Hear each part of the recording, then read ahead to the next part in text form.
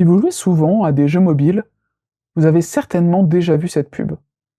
Un jeu qui ressemble à un labyrinthe, où il faut taper des ennemis avec des chiffres au-dessus de la tête, ou celle-ci, une histoire interactive avec une femme qui a froid et qu'il faut sauver, mais quand vous téléchargez le jeu, c'est pas du tout ça. On peut vraiment se questionner sur le business model de ces pubs mensongères. À quoi ça sert? Aujourd'hui, on va décoder pourquoi ces pubs montrent un jeu différent de celui qu'on télécharge, comment les éditeurs gagnent de l'argent, et surtout, comment éviter de vous faire avoir. À gauche, la pub, à droite, le jeu. Commençons par le pourquoi. Pourquoi les éditeurs de jeux mobiles utilisent-ils des pubs qui mentent? J'ai trouvé deux réponses à cette question, une bien connue et une qui vient de mes insights personnels dans le milieu. Raison 1. Ces pubs montrent souvent un gameplay spectaculaire. Casse-briques géants, poursuites, héros avec des animations rigolotes ou un peu crades qui vont attirer les enfants, etc. Souvent, elles sont faites sous deux modèles. Soit vous avez un joueur visible qui surjoue le fun face au jeu.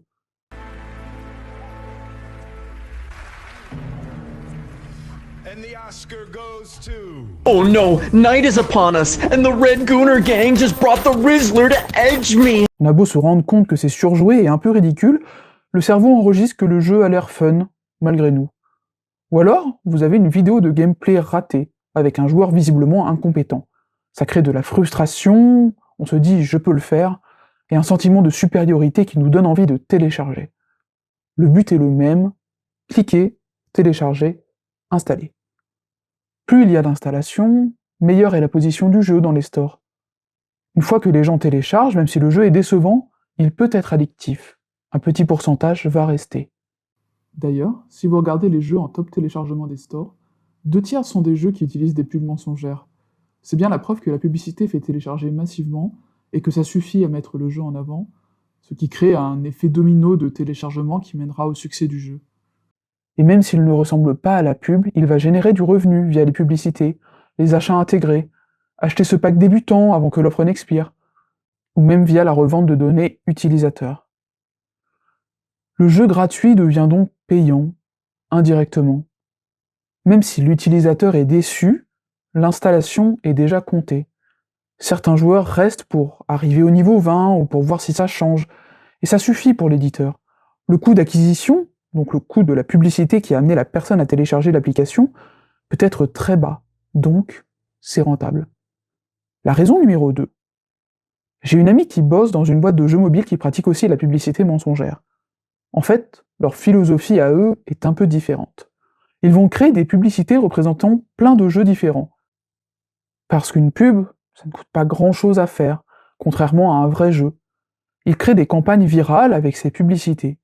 Le jeu auquel les gens accèdent en cliquant n'a rien à voir et ça n'a pas d'importance. C'est juste une vitrine pour pouvoir diffuser des pubs. Il ne correspond à aucune des publicités. Mais ce qu'ils mesurent, c'est si les gens cliquent sur la pub. Le raisonnement est simple. En monitorant les clics et les préférences des gens, ils collectent des données et peuvent ensuite créer un jeu dont le gameplay va plaire au plus grand nombre. Les gens ont massivement cliqué sur la publicité pour le jeu du navet qui fait du violon? C'est ça, notre prochain projet. La publicité est donc une sorte de teaser, et si les gens adhèrent et veulent télécharger le jeu, il sera créé dans un second temps. C'est légal? Ok. Mais est-ce que c'est légal tout ça? Parce que la publicité mensongère, on en a tous entendu parler, et en principe, c'est interdit. En Europe, la directive sur les pratiques commerciales déloyales exige que les publicités ne soient pas trompeuses.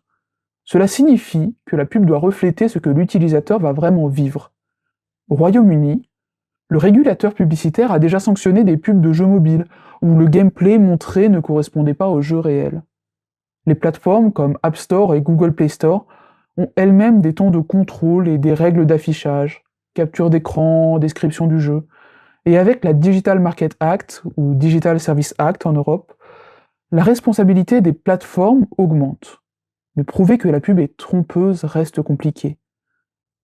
Même si la pub semble mensongère, l'éditeur peut argumenter qu'un élément du gameplay existe dans le jeu, après le niveau 30 par exemple, ce qui rend difficile à prouver la fraude. De plus, la diffusion internationale, les multiples versions régionales, les intermédiaires publicitaires, rendent l'application de sanctions lente et difficile. Donc non, ce n'est pas légal. Mais est-ce que ça va continuer? Probablement. Alors, que faire? Déjà, quand vous accédez à un jeu depuis une pub, vous pouvez regarder les images sur le store. Que ce soit Android ou Apple, elles sont tenues de correspondre au contenu de l'application. Pas de mensonges dessus, en principe. Ensuite, lisez les commentaires. Même si les applications peuvent acheter des vues et des notations à 5 étoiles, en général, les gens se plaignent si l'application ne correspond pas à la publicité qui a motivé leur téléchargement. Et ça se voit assez vite. Et enfin, si vous téléchargez un jeu et réalisez après coup qu'il ne correspond pas à vos attentes, pas la peine de s'acharner. Restez en se disant, ça deviendra sûrement plus fun après, c'est récompenser une arnaque et encourager ce modèle économique. Si cette vidéo vous a intéressé, likez, abonnez-vous, ça m'aide vraiment à développer la chaîne. Je suis sûr que vous vous êtes déjà fait avoir par une arnaque du web. C'est le cas de tout le monde. Dites-moi laquelle en commentaire. Et si vous voulez que j'explore une autre arnaque en particulier, je prends vos suggestions.